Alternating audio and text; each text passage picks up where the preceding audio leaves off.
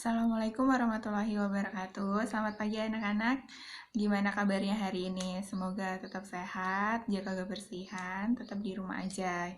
Minggu lalu kita hanya perkenalan singkat dan hanya membahas tentang acuan yang kita akan pelajari minggu ini.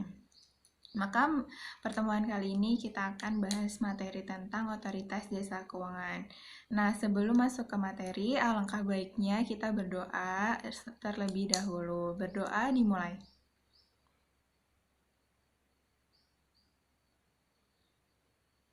Selesai?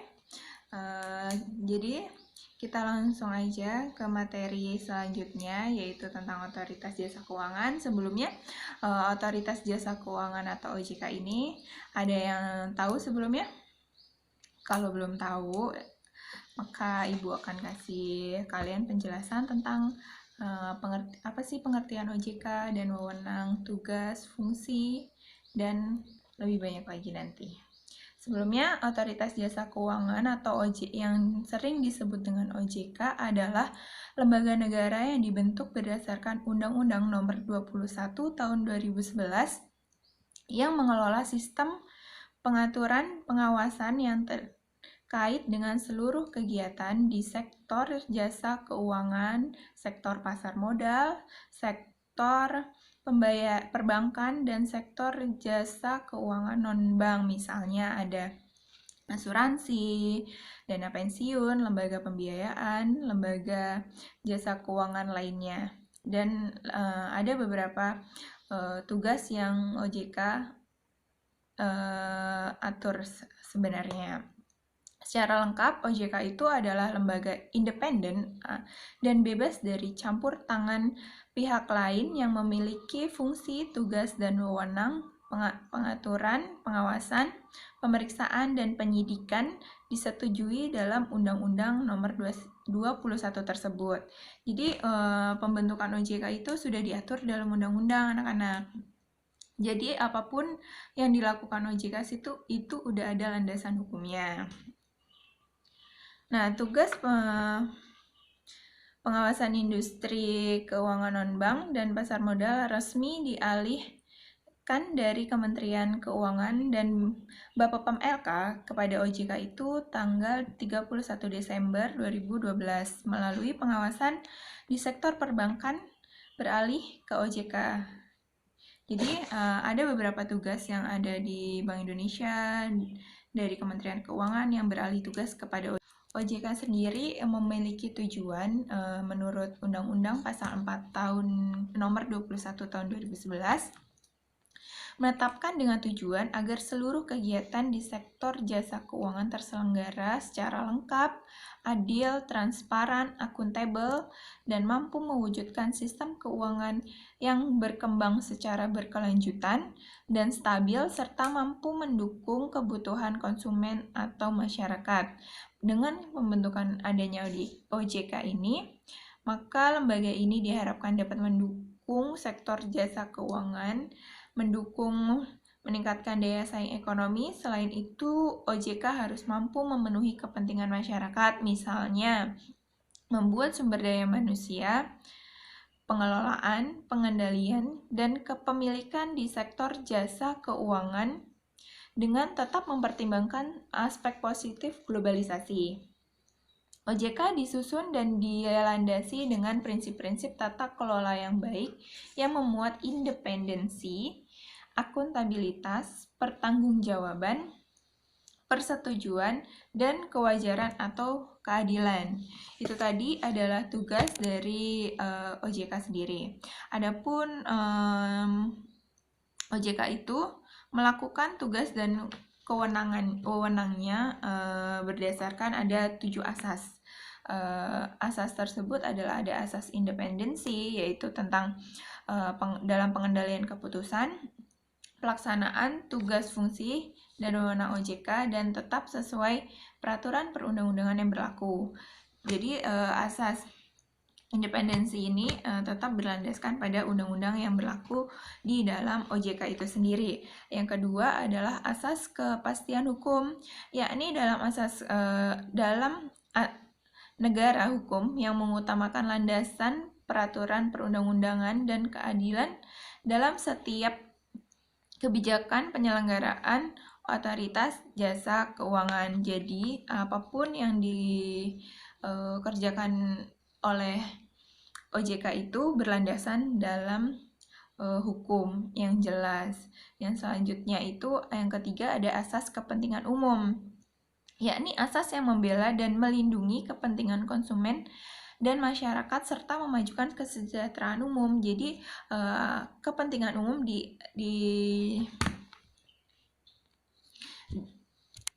kepentingan umum itu lebih diutamakan daripada kepentingan pribadi.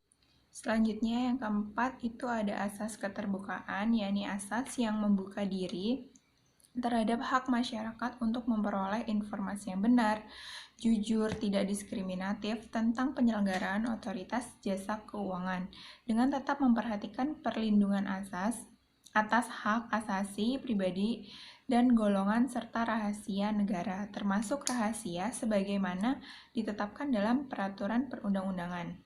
Selanjutnya yang kelima itu ada asas profesionalitas, yaitu asas yang mengutamakan keahlian dalam pelaksanaan tugas dan wewenang otoritas jasa keuangan dengan tetap berlandaskan pada kode etik dan ketentuan perundang-undangan. Selanjutnya ada asas integritas, yakni asas yang berpegang teguh pada nilai-nilai moral dalam setiap tindakan dan keputusan yang diambil dalam penyelenggaraan otoritas jasa keuangan. Dan yang terakhir adalah asas akuntabilitas, yakni asas yang menentukan bahwa setiap kegiatan dan hasil akhir dari setiap kegiatan penyelenggaraan otoritas jasa keuangan harus dapat dipertanggungjawabkan kepada publik. Jadi apapun kegiatan yang dilakukan OJK itu harus ada pertanggungjawabannya terhadap publik atau negara itu sendiri. Selain itu, OJK juga memiliki tugas dan fungsi dalam melaksanakan tugasnya. Tugas OJK yaitu adalah melaksanakan pengaturan dan pengawasan dalam kegiatan jasa keuangan. Yang pertama itu adalah sektor perbankan, yang kedua adalah sektor pasar modal, dan yang ketiga yaitu adalah sektor lembaga keuangan non-bank seperti sektor asuransi, lembaga pembiayaan, pegadaian, dan lembaga jasa keuangan yang lainnya. Sedangkan fungsi OJK yaitu menyelenggarakan sistem pengaturan dan pengawasan yang terintegrasi terhadap keseluruhan kegiatan dalam sektor jasa keuangan. Jadi dalam sektor jasa keuangan itu adalah fungsi dari OJK itu sendiri. Dan selanjutnya adalah tentang wewenang OJK untuk melaksanakan tugas pengaturan dan pengawasan di sektor perbankan. OJK mempunyai wewenang, yaitu ada beberapa wewenang. Yang pertama, pengaturan dan pengawasan mengenai kelembagaan bank yang meliputi yaitu 1. Perizinan pendirian bank, pembukaan kantor bank, anggaran dasar, rencana kerja, kepemilikan, kepengurusan dan sumber daya manusia, merger, konsolidasi dan akuisisi bank, serta pencabutan izin usaha bank itu sendiri. Yang kedua yaitu kegiatan usaha bank, antara lain itu sumber dana, penyediaan dana, produk hibridasi, dan aktivitas di bidang jasa. Maka dari itu, bank-bank di Indonesia itu harus terdaftar terlebih dahulu dalam sistem OJK, karena jika terjadi sesuatu dengan bank itu sendiri, OJK jika bank itu sudah terdaftar di dalam OJK, maka apapun kerugiannya itu akan ditanggung oleh OJK itu sendiri, tapi dalam batas maksimumnya. Yang kedua yaitu pengaturan dan pengawasan mengenai kesehatan bank yang meliputi 1 itu likuiditas, rentabilitas, solvabilitas, kualitas aset, rasio kecukupan modal minimum, batas maksimum pemberian kredit, dan lain sebagainya. Yang kedua, laporan bank yang terkait dengan kesehatan kinerja bank. apakah bank itu bekerja sesuai dengan SOP-nya atau tidak, berjalan dengan sesuai operasionalnya atau tidak, itu juga harus dilaporkan kepada OJK itu sendiri. Yang ketiga itu sistem informasi debitur. Yang keempat pengujian kredit, dan yang terakhir yaitu standar akuntansi bank itu sendiri. Yang ketiga, pengaturan dan pengawasan mengenai aspek kehati-hatian bank. Jadi bank itu harus hati-hati dalam memberikan pelayanan terhadap masyarakatnya itu sendiri. Yang pertama itu yang harus diperhatikan adalah manajemen resiko, karena bank itu memiliki resiko yang dibilang agak rawan kalau misalnya salah memberikan pelayanan terhadap konsumennya. Yang kedua, tata kelola bank. Yang ketiga, prinsip mengenal nasabah dan anti pencucian uang.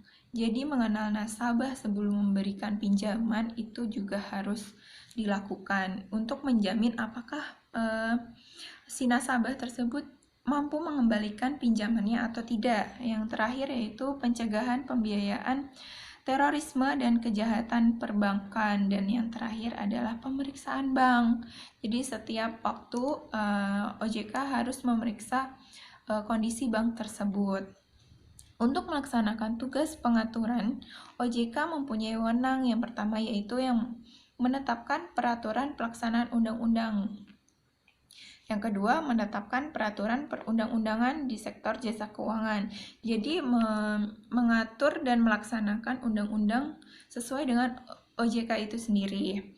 Yang ketiga, menetapkan peraturan dan keputusan OJK. Jadi apapun peraturan dan ketentuannya itu adalah OJK yang menentukan. Yang keempat, menetapkan peraturan mengenai pengawasan di sektor jasa keuangan. Yang keempat, menetapkan peraturan kebijakan mengenai pelaksanaan tugas OJK. Selanjutnya yaitu menetapkan peraturan mengenai tata cara penetapan perintah tertulis terhadap lembaga jasa keuangan dan dari pihak tertentu. Selanjutnya menetapkan peraturan mengenai tata penetapan pengelolaan statuter pada lembaga jasa keuangan. Selanjutnya yaitu menetapkan struktur organisasi dan infrastruktur serta pengelolaan, pemeliharaan, dan penata usahakan kekayaan dan kewajiban. Dan yang terakhir, menetapkan peraturan mengenai tata cara pengenaan sanksi sesuai dengan ketentuan peraturan perundang-undangan di sektor jasa keuangan. Jika ada peraturan dan pengawasannya, maka jika itu melanggar sesuai dengan undang-undang, maka akan diberikan sanksi sesuai dengan undang-undang yang berlaku pula. Selanjutnya, untuk melaksanakan wewenang tersebut, OJK juga berdasarkan undang-undang yang berlaku. Dari beberapa materi tadi yang saya sampaikan, dari tujuan, tugas, fungsi, dan wewenang, menurut Kepala Biro Perasuransian Badan Pengawas Pasar Modal dan Lembaga Keuangan atau disingkat dengan BAPEPAM LK, Bapak Isa Rahmatarwata, dengan pembentukan OJK ini dapat diharapkan berperan sebagai badan pengawas industri keuangan yang bersifat netral dan konsisten dalam menjalankan aturan yang berlaku. Jadi peran OJK ini adalah sebagai pengawas industri keuangan yang ada di Indonesia ini. Secara kelembagaan, otoritas jasa keuangan berada di luar pemerintah karena dia independen, yang dimaknai bahwa otoritas jasa keuangan tidak menjadi bagian dari kekuasaan pemerintah itu sendiri, namun tidak menutup kemungkinan adanya unsur-unsur perwakilan pemerintah karena pada hakikatnya otoritas jasa keuangan merupakan otoritas di sektor jasa keuangan yang memiliki relasi dan keterkaitan yang kuat dengan otoritas lainnya. Dalam hal ini otoritas fiskal dan moneter sebagai contohnya. Oleh karena itu, lembaga ini melibatkan keterwakilan unsur-unsur dari kedua otoritas tersebut secara ex officio ex officio. Keberadaan ex officio ini dimaksudkan dalam rangka koordinasi, kerjasama, dan harmonisasi kebijakan di bidang fiskal dan moneter dan sektor jasa keuangan. Keberadaan ex officio ini juga diperlukan guna memastikan terpeliharanya kepentingan nasional dalam rangka persaingan global dan kesepakatan internasional, kebutuhan koordinasi dan pertukaran informasi dalam rangka menjaga dan memelihara kestabilan sistem keuangan di Indonesia, karena sistem keuangan di Indonesia ini adalah kadang naik kadang turun, maka itu diperlukan untuk menstabilkan keuangan Indonesia. Jadi dari penjabaran yang tadi antara OJK dan bank itu memiliki keterkaitan, tapi OJK memiliki tugas dan fungsi yang berbeda dengan bank itu sendiri. Jadi bukan OJK dan bank ini jadi satu, Bank Indonesia ini jadi satu, itu bukan.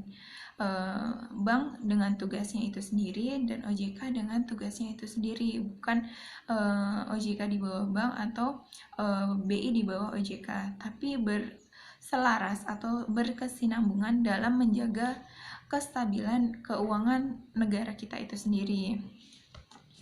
Berbeda tugas dan berbeda tanggung jawab dan wewenang. Jika bingung kalau misalnya apa bedanya sih OJK dengan BI, toh sama-sama menjaga keuangan ini gitu, tapi beda. Ada beberapa perbedaan yang jelas berbeda emang dari menurut undang-undangnya. Tugas Bank Indonesia itu antara lain banyak sekali tugas sebenarnya yang dipegang oleh Bank Indonesia, maka dibantu oleh OJK, tapi dengan tugas dan wewenangnya masing-masing. Banyak sekali tugas yang diemban oleh Bank Indonesia sebenarnya. Namun hanya ada satu tugas, salah satu tugas utama yaitu mencapai dan menjaga kestabilan nilai rupiah. Untuk mencapai tugas itu, BI memiliki 3 pilar yang menopang. Yang pertama, menetapkan dan melaksanakan kebijakan moneter, mengatur dan menjaga sistem pembiayaan dan pembayaran. Yang ketiga adalah stabilitas sistem keuangan. Berbeda dengan OJK.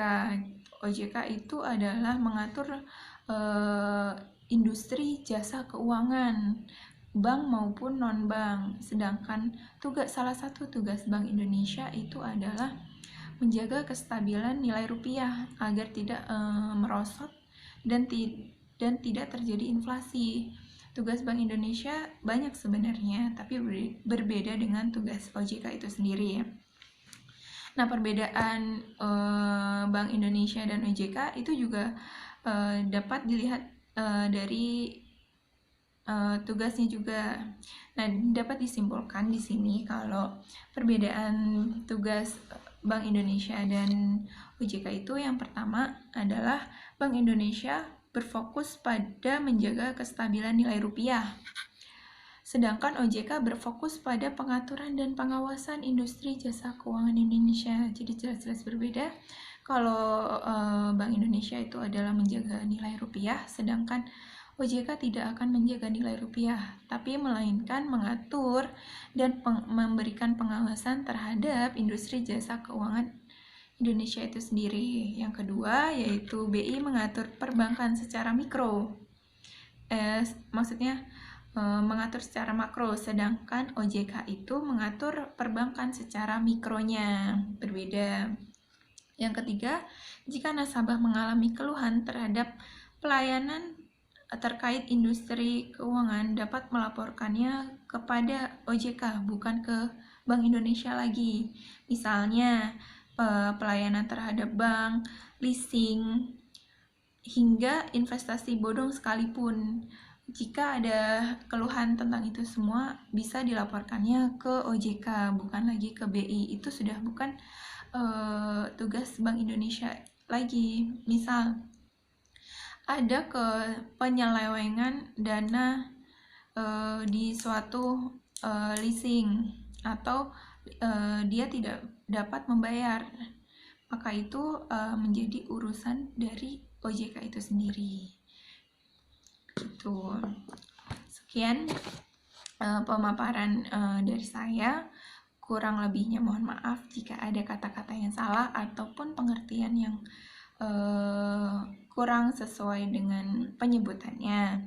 Itu tadi adalah materi tentang OJK, ada peran, fungsi, tujuan, tugas. Sebagai gambaran kalian nantinya di dalam dunia kerja. Misalnya aja kalian pengen nabung tapi bank itu sedang bangkrut ataupun ada masalah, kalian harus cek dulu dengan benar-benar apakah bank tersebut terdaftar di dalam OJK atau enggak. Karena bank yang sudah terdaftar di dalam OJK itu memiliki jaminan di dalam OJK dengan maksimal pengembalian itu misalnya 200 juta. Misalnya kalian salah menabung di dalam bank, tapi tabungan kalian itu masih di bawah 200 juta, maka itu akan dikembalikan seutuhnya oleh OJK, karena itu merupakan tugas OJK untuk pengawasan bank tersebut. Tapi jika bank tersebut tidak terdaftar di dalam OJK, maka itu tidak akan dikembalikan oleh OJK, karena itu di luar dari wewenang OJK, karena bank tersebut tidak terdaftar di dalam anggota OJK itu sendiri.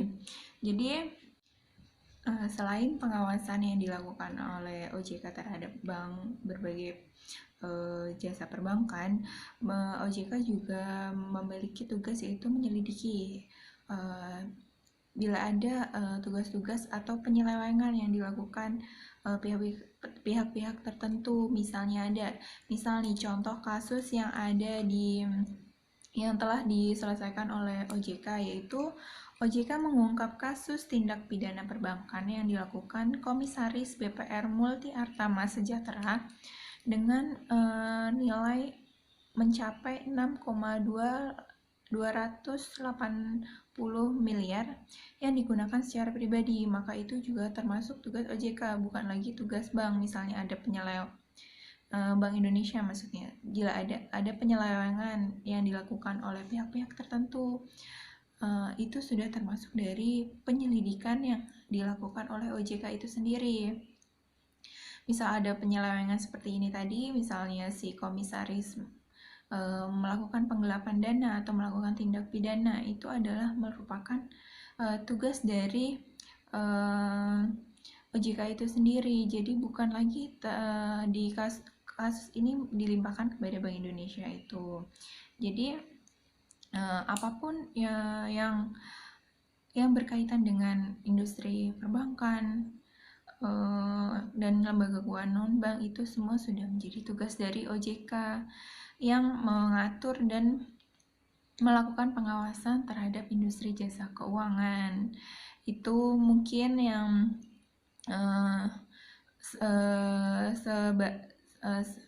sebagai gambaran gimana cara kerja OJK dalam sistem keuangan di negara kita ini sendiri. Apa perbedaannya dengan bank, apa tugasnya, apa fungsinya, sudah dijelaskan di materi tadi. Semoga kalian dapat gambarannya gimana OJK, gimana bank, gimana cara kerjanya, gimana fungsinya, apa wewenangnya. Itu sendiri berbeda dengan bank pastinya, karena OJK memiliki undang-undangnya sendiri dan diatur di undang-undangnya sendiri. Tetap jaga kebersihan, jangan lupa tetap belajar, terus semangat, jangan sampai Jangan sampai dengan adanya kondisi seperti ini kalian jadi kaum rebahan, nggak mau belajar. Itu jangan sampai, tetap semangat walaupun melalui media seperti ini. Kurang lebihnya mohon maaf. Itu saja yang dapat saya sampaikan tentang OJK serta pengertian, peran, fungsi, tujuan, tugas, wewenang yang dapat dilakukan OJK, dan kasus yang tadi sebagai contoh bisa menjadi gambaran kalian nanti seperti apa gambarannya tentang OJK. Kurang lebihnya mohon maaf. Itu saja yang dapat saya sampaikan. Tetap semangat. Assalamualaikum warahmatullahi wabarakatuh.